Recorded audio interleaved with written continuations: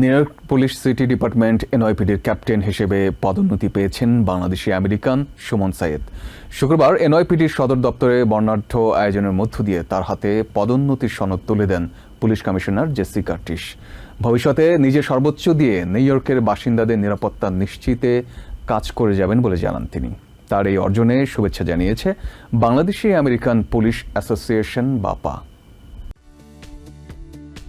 শুক্রবার সকালে one police প্লাজায় আনন্দের বন্যা। নিজ নিজ কাজে কৃতিত্ব ও দক্ষতার জন্য এদিন পদোন্নতি দেয়া হয় প্রায় 180 পুলিশ কর্মকর্তাকে। পরিবারের সদস্যরা এই আনন্দক্ষণ উপভোগ করতে দল বেঁধে আসেন অনুষ্ঠান স্থলে। আমেরিকার জাতীয় সঙ্গীতের মধ্য দিয়ে শুরু হয় পদোন্নতি অনুষ্ঠান।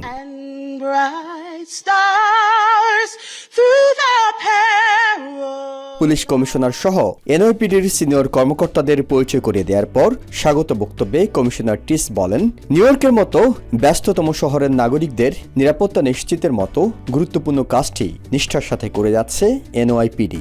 All of this happened because this department went after violence with focus and with discipline, and we aren't letting off the gas.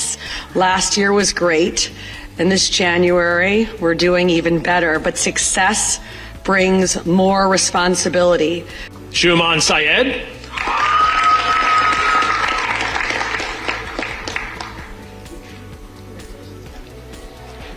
অনুষ্ঠানে ক্যাপ্টেন পদে পদোন্নতি পেয়েছেন বাংলাদেশের হবিগঞ্জের সন্তান সুমন সাইয়েদ। এনওয়াইপিডিতে লিউটেন্যান্ট হিসেবে দায়িত্বরত সুমন বাহিনীতে যোগ দেন 1999 সালে। Intelligence bureau, housing department, cyber department সহ বিভিন্ন বিভাগে কাজ করে 2020 সালে লিউটেন্যান্ট পদে পদোন্নতি পান তিনি। ক্যাপ্টেন পদে পদোন্নতিতে তার স্বপ্ন পূরণ হয়েছে বলে মনে করেন সুমন। এটা একটা স্বপ্ন পূরণ হয়েছে এর মধ্যে, আলহামদুলিল্লাহ। প্রথমে আলহামদুলিল্লাহ, আর ডিপার্টমেন্টে এত বছর পরে এই পজিশনটা পাইছি আমি। আবার বলতেছি না, মানে স্বপ্নের মতো লাগতেছে। ডিপার্টমেন্টের চাহিদা অনুযায়ী ভবিষ্যতে যে কোনো ধরনের চ্যালেঞ্জিং কাজের জন্য তিনি প্রস্তুত বলে জানান। কাজ করে যাব, যত মতো টায়ার্ড না হই, কাজ করে যাব। আর কোথায় যাবো এগুলো ডিপার্টমেন্টের উপরে। ওরা যদি মনে করে যে আমি একটু কাজ ভালো করতেছি, ওরা আমাকে আরও রেসপন্সিবিলিটি দিতে চায়, তা আমি নিব। কাজ, আমরা বাংলাদেশি মানুষ, we are not allergic to work. তো আমরা কাজ করতে ভালো পাই আর সিনসিয়ারলি কাজ করি আমরা। বাংলাদেশের একজন হিসেবে এনওয়াইপিডিতে এই অর্জনে নিজেকে গর্বিত বলে মনে করেন সুমন। একটা দেশের ছেলে এজ 12 এখানে আসছে, কালচারাল কনফিউশন অনেক কিছু ছিল, অনেক কিছু মিলাইয়া English is a second language to start with. তারপরে এখানে আসাটা I think it's only possible in New York City. And New York City, আপনি যদি দেখেন, it is the capital of the world. আর ডিপার্টমেন্টের যে ডাইভার্সিফাই হইতেছে, it is a reflection of the community that we serve. অনুষ্ঠানে detective sergeant পদে পদোন্নতির পাশাপাশি 10 জন লিউটেন্যান্ট, 5 জনকে ক্যাপ্টেন, 8 জনকে ডেপুটি ইন্সপেক্টর, 3 জন ইন্সপেক্টর, 3 জন ডেপুটি চিফ এবং 2 জনকে অ্যাসিস্ট্যান্ট চিফ পদে পদোন্নতি দেওয়া হয়। এপস্টিন কাণ্ডে সবচেয়ে বড় ও শেষ দফার নথি প্রকাশ করেছে জাস্টিস ডিপার্টমেন্ট। এতে commerce secretary Howard Lutnick, president Donald Trump ও মাইক্রোসফট প্রতিষ্ঠাতা বিল গেটস সহ একাধিক ব্যক্তির নাম বিভিন্ন নথিতে উল্লেখ পাওয়া গেছে। 3 বিলিয়নের বেশি পৃষ্ঠা, 2000 ভিডিও এবং 180,000 ছবি প্রকাশ করা হয়েছে। জাস্টিস ডিপার্টমেন্ট বলেছে, এতে বিপুল নথির পরও নতুন করে কাউকে অভিযুক্ত করার মতো প্রমাণ পাওয়া যায়নি। ডেমোক্র্যাটরা দাবি করেছেন, গুরুত্বপূর্ণ কিছু নথি এখনও আংশিক বা পুরোপুরি গোপন রাখা হয়েছে। কুখ্যাত যৌন অপরাধী জেফ্রি এপস্টিনের মামলার তথ্য প্রমাণ ও বিভিন্ন নথি প্রকাশে রাজনৈতিক চাপ বাড়ছিল। গণদাবির মুখে ধীরে ধীরে মামলার তথ্য প্রকাশ করতে শুরু করে ডিপার্টমেন্ট অব জাস্টিস। তারই ধারাবাহিকতায় শুক্রবার চূড়ান্ত ধাপে 3 মিলিয়নের বেশি পৃষ্ঠা, 2000 ভিডিও এবং প্রায় 180,000 ছবি প্রকাশ করেছে ডিওজে। তবে জাস্টিস ডিপার্টমেন্ট নিজেই স্বীকার করেছে, এত বিপুল নথি প্রকাশের পরও সব প্রশ্নের উত্তর পাওয়া যাবে না। শুক্রবার সংবাদ সম্মেলনে ডেপুটি অ্যাটর্নি জেনারেল টড ব্লাঞ্চ বলেন, নতুন প্রকাশিত নথিতে এমন কোনো তথ্য নেই যা নতুন করে কাউকে অভিযুক্ত করার ভিত্তি তৈরি করে। As the indexing and uploading completes, we are producing responsive materials under the Act. We are also releasing today a letter we are transmitting to Congress and various internal protocols associated with our review. Epstein সংক্রান্ত মামলায় সকল তথ্য প্রকাশ না করার সিদ্ধান্তকে এক প্রকার ধামাচাপা দেওয়া বলে মন্তব্য করেছেন হাউস ওভারসাইট কমিটির মেম্বার ও democratic congressman Suhas Subramanyam. Department of justice আগেই বলেছিল মামলায় 6 মিলিয়নের বেশি ডকুমেন্টস, কিন্তু প্রকাশ করেছে 3 মিলিয়ন। প্রেসিডেন্ট ট্রাম্পের সাবেক আইনজীবী টড ব্লাঞ্চ সাক্ষীদের একজন ছিলেন, তার কোনো তথ্য পাওয়া যায়নি। এটা এক ধরনের ধামাচাপা দেওয়ার মতো বিষয় বলেও মন্তব্য করেন তিনি। একই কণ্ঠে সুর মিলিয়েছেন হাউস ওভারসাইট কমিটির মেম্বার ও ডেমোক্রেটিক কংগ্রেসম্যান রো খান্নাও। কারা ধর্ষণ করেছিল এই বিষয়ে স্পষ্ট তথ্য প্রকাশ না পাওয়া এবং প্রসিকিউশন মেমো প্রকাশ না করা পর্যন্ত এটিকে ঘটনা ধামাচাপা দেওয়ার চেষ্টা বলে উল্লেখ করেছেন তিনিও। এমএস নাওয়ের এক আয়োজনে একথা বলেন রো খান্না। টড ব্লাঞ্চ এই মামলার সাক্ষী ছিলেন বলেও উল্লেখ করেন রো খান্না। মামলার বাকি 3 মিলিয়ন তথ্য কেন প্রকাশিত হয়নি এই বিষয়ে ব্লাঞ্চের সাথে মুখোমুখি বৈঠক করতে চেয়েছেন এই ডেমোক্রেট। এই প্রস্তাবে একমত প্রকাশ করেছেন কংগ্রেসম্যান সোহা সুব্রামানিয়ামও। কেন আরও কিছু নথিকে আটকে দেওয়া হলো বিষয়টি ব্লাঞ্চের কাছ থেকে জানতে চান তিনিও। ফেডারেল রিজার্ভের পরবর্তী চেয়ারম্যান হিসেবে কেভিন ওয়ার্শকে বেছে নিয়েছেন প্রেসিডেন্ট ডোনাল্ড ট্রাম্প। ওয়াল স্ট্রিটের নিয়ন্ত্রণ শিথিল করা ও সুদের হার কমানোর লক্ষ্য নিয়ে আগামী মে মাসে জেরোম পাওয়েলের জায়গা নেবেন তিনি।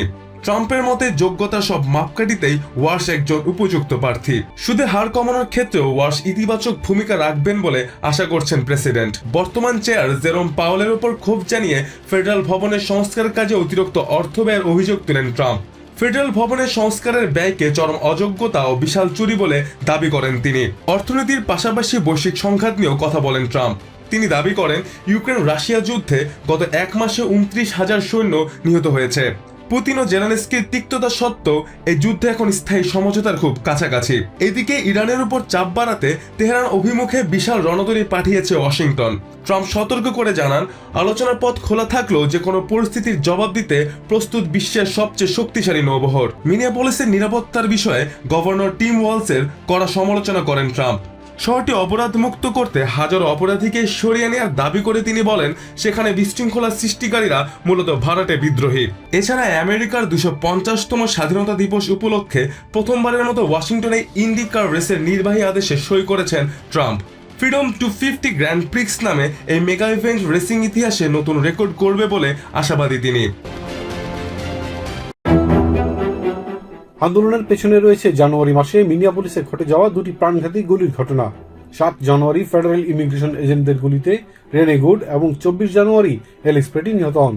এই ঘটনাগুলো শহর জুড়ে তীব্র ক্ষোভ ও শোকের জন্ম দেয় এবং আইএস বিরোধী আন্দোলনকে আরো তীব্র করে তোলে। অভিযোগকারীরা বলছেন ফেডারেল কর্তৃপক্ষ যে বর্ণনা দিয়েছে ভিডিও ফুটেজ ও প্রত্যক্ষদর্শীদের বক্তব্য তার সঙ্গে মেলে না। অনেকের মতে ওই সময় কোনো তাৎক্ষণিক হুমকি ছিল না, তবুও গুলি চালানো হয়। এই বিশ্বাস থেকেই শহরের মানুষের মধ্যে ফেডারেল সংস্থার প্রতি আস্থা ভেঙে পড়ে। আজকের বিক্ষোভে শিক্ষক, শিক্ষার্থী, ডাক বিভাগের কর্মী এবং সাধারণ বাসিন্দারা একসঙ্গে ডাউনটাউন মিনিয়াপলিসের বিভিন্ন সড়ক ধরে মিছিল করেন। তারা স্লোগানে আইসের সরিয়ে দেয়া এবং নিহতের জন্য ন্যায় বিচার দাবি করেন। অনেক বিক্ষোভকারী বলেন, অপারেশন মেট্রো সার্চ নামে পরিচিত ফেডারেল অভিযানের ফলে শহরটি কার্যত একটি সামরিক এলাকায় পরিণত হয়েছে। হাজার হাজার ইমিগ্রেন্ট এজেন্ট মোতায়েন করায় সাধারণ মানুষের মধ্যে ভয়, অনিশ্চয়তা ও ক্ষোভ ক্রমেই বেড়েছে। বিক্ষোভের আবহ ছিল একই সঙ্গে প্রতিবাদী ও শোকাহত। মিছিলের এক পর্যায়ে অনেকেই থেমে যান নিহতদের নাম উচ্চারণ করতে। রেনে গুড, এলেক্স পেটি। কেউ ফুল রাখেন, কেউ নীরবতা পালন করেন। শহরের অনেক বাসিন্দা বলেন তারা মনে করছেন নিজেদের শহরেই তারা নিরাপদ নন। স্থানীয় স্কুল শিক্ষক ও কর্মীরাও বিক্ষোভের নেতৃত্ব দেন, জানিয়ে দেন এই সংকট শহরের প্রতিটি স্তরে প্রভাব ফেলেছে। মিনিয়াপলিস এখন অভিবাসন নীতি, নাগরিক অধিকার এবং ফেডারেল ক্ষমতার ব্যবহার নিয়ে বিতর্কের কেন্দ্রবিন্দু হয়ে উঠেছে। শহরের বাসিন্দা, আন্দোলনকারী ও স্থানীয় নেতারা একসুরে বলছেন, জবাবদিহি, স্বচ্ছতা এবং অভিবাসন নীতির সামরিকীকরণের অবসান ছাড়া এই ক্ষত সারবে না। মিনিয়াপলিস ছাড়িয়ে দেশের বিভিন্ন জায়গায় আইস বিরোধী বিক্ষোভ ছড়িয়ে পড়েছে। শুক্রবার Washington DC, San Francisco, Los Angeles, Denver সবখানেই এখন প্রশাসনের আগ্রাসী নীতির বিরুদ্ধে বিদ্রোহের সুর। লস অ্যাঞ্জেলেসে সাধারণ মানুষের সাথে রাজপথে নেমেছেন কংগ্রেস সদস্যরাও। বিক্ষোভকারীরা আইসের অর্থায়ন জরুরি ভিত্তিতে বন্ধ করতে কংগ্রেসের প্রতি আহ্বান জানান। তবে বিক্ষোভের মুখেও অনড় অবস্থানে হোয়াইট হাউস। প্রেসিডেন্ট ট্রাম্প বৃহস্পতিবার স্পষ্ট জানিয়েছেন, অপরাধীদের দেশ থেকে বিতাড়ন প্রক্রিয়া কোনোভাবেই থামানো হবে না। সান ফ্রান্সিসকোতে বিক্ষোভকারীরা রাজপথে নেমে আইস বাতিলের দাবিতে স্লোগান দেয়। মিনিয়াপলিসে 3000 ফেডারেল এজেন্টের মোতায়েন এবং 2 নাগরিক নিহতের ঘটনায় এই ক্ষোভ ছড়িয়েছে স্কুলগুলোতেও। জর্জিয়ায় ক্লাস বর্জন করে এর বিচার দাবি করেছে শিক্ষার্থীরা। শিক্ষার্থীদের মতে অন্যায় রুখতে ক্ষতিগ্রস্ত হওয়ার অপেক্ষা না করে একতাবদ্ধ হয় এখন সময়ের দাবি। প্রশাসনের পক্ষ থেকে বরখাস্ত বা শাস্তির হুমকি এলেও নিজেদের অবস্থানে অনড় জর্জিয়া কলিন্স হিল হাই স্কুলের এই আন্দোলনকারীরা। লস অ্যাঞ্জেলেসও হাজারো মানুষের প্রতিবাদে যোগ দিয়েছে কংগ্রেস সদস্যরা। আইস আউট মুভমেন্টের ব্যানারে মিনিয়াপোলিসের রক্তক্ষয়ী পরিস্থিতির অবসান চান তারা। কংগ্রেস সদস্য ব্র্যাড শারম্যান অভিযোগ করে বলেন, ট্রাম্প প্রশাসনের এমন আগ্রাসী নীতি সরাসরি সংবিধানকে হুমকির মুখে ফেলেছে। বিক্ষোভের প্রভাব পড়েছে স্থানীয় অর্থনীতিতেও। কাজ, স্কুল ও কেনাকাটা বর্জন করে জাতীয় শাটডাউনের ডাক দিয়েছেন আন্দোলনকারীরা। প্রশাসনের উপর চাপ সৃষ্টির এই লড়াইয়ে সংহতি জানিয়েছেন সিটি কাউন্সিল সদস্য বব ব্লুমেনফিল্ড। রাজনীতির বাইরে বিক্ষোভ এখন রূপ নিয়েছে সাধারণ মানুষের অধিকার রক্ষার লড়াইয়ে। লস অ্যাঞ্জেলেসের রাজপথে প্রতিবেশী ও বন্ধুদের হারানোর শঙ্কায় আবেগপ্রবণ হয়ে পড়েন অনেক সাধারণ বাসিন্দা। প্রতিবাদের ঢেউ এবার পৌঁছেছে রাজধানী ওয়াশিংটন ডিসিতে। সেখানে আইসের অর্থায়ন বন্ধ ও সংস্থাটি বিলুপ্তির দাবি জানান বিক্ষোভকারীরা। তাদের অভিযোগ, এই বাহিনীকে সাধারণ মানুষের বিরুদ্ধে বর্ণবাদী অস্ত্র হিসাবে ব্যবহার করছে প্রশাসন। We have seen our neighbors kidnapped off the streets, dragged out of their cars, out of their homes, out of their schools. বিক্ষোভকারীদের দাবি, করদাতার টাকায় সাধারণ মানুষকে হয়রানি এক ধরনের সন্ত্রাসবাদ। আইসের অর্থায়ন জরুরি ভিত্তিতে বন্ধ করতে কংগ্রেসের প্রতি আহ্বান জানান তারা। I would like all funding for ICE to stop. There was recently just a vote on it, and there were even some Democrats that voted to fund ICE, and I think they should be abolished. কলোরাডোর ডেনভারও প্রতিবাদ দেখা যায়। সেখানে placard আর স্লোগানের পাশাপাশি প্যালেস্টাইনের পতাকা হাতে গানের তালে তালে অভিনব কায়দায় বিক্ষোভ প্রদর্শন করে সাধারণ মানুষ।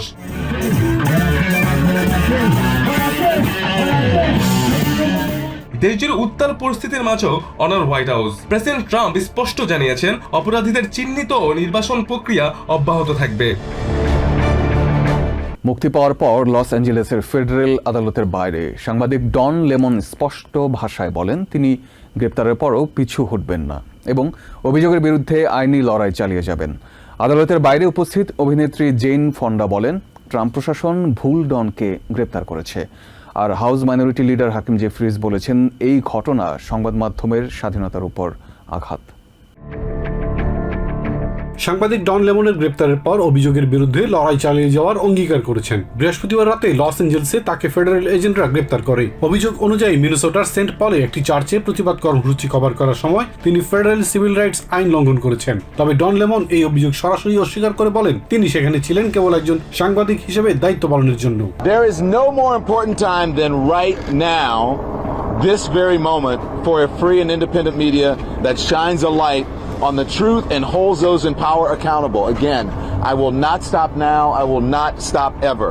লস অ্যাঞ্জেলেসের ফেডারেল আদালতের বাইরে মুক্তি পাওয়ার পর সাংবাদিকদের উদ্দেশ্যে ডন লেমন বলেন, তিনি সারা জীবন সংবাদ কভার করেছেন। তিনি দেশের সংবিধানের প্রথম সংশোধনীর কথা উল্লেখ করে বলেন, সংবাদ মাধ্যমের স্বাধীনতা রক্ষার জন্য তিনি আদালতে এই লড়াই চালিয়ে যাবেন। Who do what I do. I stand with all of them, and I will not be silenced. I look forward to my day in court. ডন লেমনের গ্রেপ্তার ঘিরে দেশ জুড়ে তীব্র প্রতিক্রিয়া দেখা যায়। আদালতের বাইরে বক্তব্য দিতে গিয়ে অভিনেত্রী ও রাজনৈতিক কর্মী জেইন ফন্ডা বলেন, তারা ভুল ডনকে গ্রেপ্তার করেছে। তিনি ডন লেমনকে একজন পেশাদার সাংবাদিক হিসেবে উল্লেখ করে বলেন, সংবিধানসম্মত অধিকার রক্ষায় সবাইকে সোচ্চার হতে হবে। I know Don Lemon. My husband created CNN, and I will fight for their right to speak, which is guaranteed in our Constitution. They arrested the wrong Don. রাজনৈতিক অঙ্গন থেকেও সমালোচনা আসে। লস অ্যাঞ্জেলেসের মেয়র ক্যারেন বেচ সাংবাদিক ডন লেমনের গ্রেপ্তারের নিন্দা জানিয়ে বলেন, গণতন্ত্রের উপর এই আক্রমণ বন্ধ হতেই হবে। তিনি সতর্ক করেন, এই ধরনের পদক্ষেপ সাংবাদিকতা ও মত প্রকাশের স্বাধীনতার জন্য ভয়ঙ্কর বার্তা বহন করে। We have seen protesters under attack. We have seen people being snatched off our street, and now all of you are at risk. And this is just unacceptable. This assault on our democracy has got to end. And you, all journalists, play such a critical role. গণমাধ্যম বিশ্লেষকরাও উদ্বেগ প্রকাশ করেছেন। সাংবাদিক Nicole Wallace বলেন, ডন লেমনের গ্রেপ্তার সীমা ছাড়িয়ে গেছে। House minority leader Hakeem Jefferies সহ একাধিক আইন প্রণেতা এই ঘটনাকে ক্ষমতার অপব্যবহার এবং সংবাদ মাধ্যমের উপর চাপ সৃষ্টির উদাহরণ হিসেবে উল্লেখ করেছেন। ডন লেমন এবং আরও 3 জনের বিরুদ্ধে ধর্মীয় স্বাধীনতায় হস্তক্ষেপ সহ ফেডারেল সিভিল রাইটস আইনের আওতায় অভিযোগ আনা হয়েছে। আইনজীবীরা এই মামলাকে রাজনৈতিক উদ্দেশ্য প্রণোদিত বলে দাবি করেছেন এবং আদালতে জোরালোভাবে অভিযোগ মোকাবেলা করার ঘোষণা দিয়েছেন। সেনেটে $1.2 ট্রিলিয়ন সরকারের অর্থায়ন বিল পাশ হয়েছে। শুক্রবার সরকার চালু রাখার লক্ষ্যে 71-29 ভোটে এই বিল পাশ করেন সেনেটররা। কংগ্রেস সদস্যরা অবকাশে থাকায় সোমবার বিলটি হাউসে উপস্থাপন করা হবে।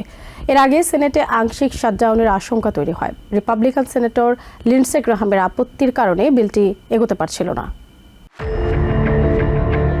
শুক্রবার বিকেলে সেনেট অধিবেশন শুরু হয়। আইন প্রণেতারা সরকার চালু রাখার জন্য একটি স্বল্প মেয়াদী অর্থায়ন চুক্তি এগিয়ে নেওয়ার চেষ্টা করেন। কয়েক ঘন্টা দেরির পর সিনেট চূড়ান্ত ভোটের দিকে আগালেও অনিশ্চয়তা রয়ে যায়, কারণ হাউস অব রিপ্রেজেন্টেটিভস এর সদস্যরা ক্যাপিটাল হিলে নাই। সোমবারের আগে বিষয়টি তোলার সম্ভাবনাও নাই। এমন পরিস্থিতির মধ্যেও বিলটি ডেমোক্রেটদের প্রস্তাবে ডিএইচএস এর ব্যয় বিল আলাদা করে $1.2 ট্রিলিয়ন অর্থায়ন বিল পাশ করে সেনেট। 71-29 ভোটে বিলটি পাশ হয়। আগামী সোমবার বিলটি আবার সেনেটে আলোচনার জন্য উত্থাপন করা হবে। এর আগে সেনেট মাইনরিটি লিডার চাক শুমার বলেন, আলোচনার মূল লক্ষ্য ছিল সরকারের অর্থায়ন নিশ্চিত করা এবং একই সঙ্গে ইমিগ্রেশন এন্ড কাস্টম এনফোর্সমেন্টের অপব্যবহার নিয়ন্ত্রণে আইন প্রণয়ন। তিনি বলেন, রিপাবলিকানরা যদি ডেমোক্রেটদের আইন সংক্রান্ত দাবি গুরুত্ব দেয় তাহলে দ্রুত সমঝোতায় পৌঁছানো সম্ভব।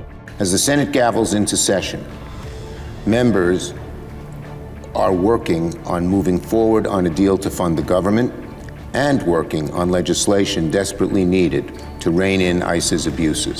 অর্থায়ন বিল দ্রুত পাশের পথে বাধা হয়ে দাঁড়ান রিপাবলিকান সেনেটর লিন্ডসে গ্রাহাম। তিনি বলেন, স্টেট ও স্থানীয় কর্মকর্তারা যদি ফেডারেল ইমিগ্রেশন আইন অমান্য করেন সেটিকে অপরাধ হিসেবে গণ্য করার বিষয়ে তার আলাদা প্রস্তাব ভোট না হলে তিনি সেনেটকে আগাতে দেবেন না। Count me in. But if you don't get to the root cause of the problem, then you're really not serious about solving it. I will not lift my hold on this bill until I get guaranteed a vote on my legislation that would criminalize the conduct going forward. Republican senator থম টিলিস সতর্ক করেন, সরকার বন্ধ হতে দেওয়া মানে নতুন করে সংকট তৈরি করা। তিনি বলেন, সেনেট মেজরিটি লিডার জন থুন এবং প্রেসিডেন্ট ডোনাল্ড ট্রাম্প উভয়ই শাটডাউন এড়াতে চান। তবে তিনি স্বীকার করেন, কোনো একক সেনেটর চাইলে তার ক্ষমতা ব্যবহার করে পুরো প্রক্রিয়ায় বিলম্বিত করতে পারেন। One senator has a lot of power. And if you use it judiciously, you can be productive and make a difference. But if you use it in the heat of the moment, you can make a point that not a damn person's going to remember a month later. এদিকে মিনিয়াপলিসে গত সপ্তাহের শেষে immigration এজেন্টদের গুলিতে দ্বিতীয় একজন American নাগরিক নিহত হওয়ার ঘটনায় ক্ষুব্ধ ডেমোক্রেটরা অর্থায়ন বিলকে চাপের হাতিয়ার হিসেবে ব্যবহার করছেন। তারা ভ্রাম্যমাণ টহল বন্ধ, বডি ক্যামেরা বাধ্যতামূলক করা, এজেন্টদের মুখোশ পরা নিষিদ্ধ করা এবং নিজেদের দপ্তরের বদলে বিচারকের কাছ থেকে তল্লাশি পরোয়ানা নেওয়ার নিয়ম চালুর দাবি তুলেছেন। নিউ ইয়র্ক সিটিতে তীব্র তুষার ঝড়ের 5 দিন পরও ভোগান্তি কমেনি। একদিকে ব্যক্তিগত গাড়িগুলো অনেকটা আটকে আছে তুষারে, অন্যদিকে এমটিএ বাস স্টেশনে এখনও তুষার জমে থাকায় যাত্রীদের ওঠানামায় চরম ঝুঁকি তৈরি হচ্ছে। এর মধ্যে তুষার সরাতে গিয়ে লং আইল্যান্ডে এনওয়াইপিডির অবসরপ্রাপ্ত এক সার্জেন্ট হার্ট অ্যাটাকে মারা গেছেন। তীব্র তুষারে যেন ডুবে আছে পুরো নিউ ইয়র্ক সিটি, যেদিকে চোখ যায় শুধু তুষারের সাদা আস্তরণ। মেয়র জোরান মামদানি কয়েকদিনের মধ্যে পরিস্থিতি স্বাভাবিক করে আনার কথা জানালেও 5 দিন পরও ভোগান্তি কমেনি কোনো অংশে। বিশেষ করে যারা ব্যক্তিগত গাড়ি নিয়ে বের হচ্ছেন, প্রায় 1 ফুটের বেশি তুষার সরিয়ে তাদের পার্ক করা গাড়ি বের করতে এবং পরে আবার পার্ক করতে হচ্ছে। মরার উপর খাড়ার খায়ের মতো ঘটনা হচ্ছে। এই অবস্থাতেও ট্রাফিক ডিপার্টমেন্ট গাড়িগুলোকে পার্কিং টিকিট দিচ্ছে, যা নাগরিকদের ভোগান্তি বাড়াচ্ছে কয়েক গুণ। এর পাশাপাশি কুইন্সের Jamaica, Queens Village, Richmond Hills, Kew Gardens সহ বিভিন্ন এলাকায় ঘুরে দেখা যায় এমটিএ বাসে যারা উঠতে চান, বাস স্টেশনগুলোতেও জমে আছে ব্যাপক তুষার। যাত্রীরা বাসে উঠানামা করতে গিয়ে ঝুঁকির মুখে পড়ছেন। এর মধ্যে মর্মান্তিক ঘটনা হয়ে এসেছে লং আইল্যান্ডে শাবল দিয়ে তুষার সরানোর সময় হার্ট অ্যাটাকে এক এনওয়াইপিডি অবসরপ্রাপ্ত সার্জেন্টের মৃত্যু। তিনি 3 সন্তানের জনক। চিকিৎসকরা বলছেন, যাদের নিয়মিত শারীরিক পরিশ্রমের অভ্যাস নেই তারা তীব্র ঠান্ডায় কাজ করতে গিয়ে মৃত্যু ঝুঁকি তৈরি হতে পারে। সিটির উদ্যোগে জমে থাকা তুষার গলাতে 8টি স্থানে নামানো হয়েছে নতুন প্রযুক্তির মেশিন হট টপ। এই মেশিনের সাহায্যে ম্যানহাটন সহ বিভিন্ন বাস রুটে তুষার তুলে এনে গলানো হচ্ছে। সংশ্লিষ্টরা বলছেন প্রতি ঘন্টায় 60 থেকে 120 টন তুষার গলানো সম্ভব হচ্ছে, কিন্তু যে গতিতে কাজ হচ্ছে তাতে আরও কয়েক সপ্তাহ লেগে যাবে। মেয়র অফিস জানিয়েছে প্রতিদিন 2500 স্যানিটেশন ওয়ার্কারের সাথে যোগ দিচ্ছেন 300 অতিরিক্ত সিটি ওয়ার্কার। আগামী 2 দিনের মধ্যে অন্তত বাস স্টেশনগুলো থেকে তুষার সরিয়ে নেওয়ার কথা বলছেন তারা। রবিবার তীব্র তুষার ঝড়ের 5 দিন পরও কার্যত স্থবির হয়ে আছে নিউ ইয়র্ক সিটি। চারদিকে এইভাবে জমে আছে তুষার এবং এই তুষারপাত সরিয়ে নেওয়ার দায়িত্ব যে সিটি হলের। সেই সিটি হলের চারপাশেই তীব্র তুষার এখনও জমে আছে, যেগুলোকে সরিয়ে নেওয়া সম্ভব হয়নি। মূলত যে বিষয়টি সেটি হলো মেয়র অফিস এখন পর্যন্ত মূল গুরুত্ব দিচ্ছে প্রধান সড়কগুলো থেকে তুষার ছড়িয়ে যাতে যানবাহন এবং জনচলাচল নিশ্চিত করা যায়, কিন্তু স্থানীয় পর্যায়ের সড়কগুলোতে এখনও তুষার জমে থাকায় তীব্র ভোগান্তিতে পড়তে হচ্ছে নগরবাসীকে।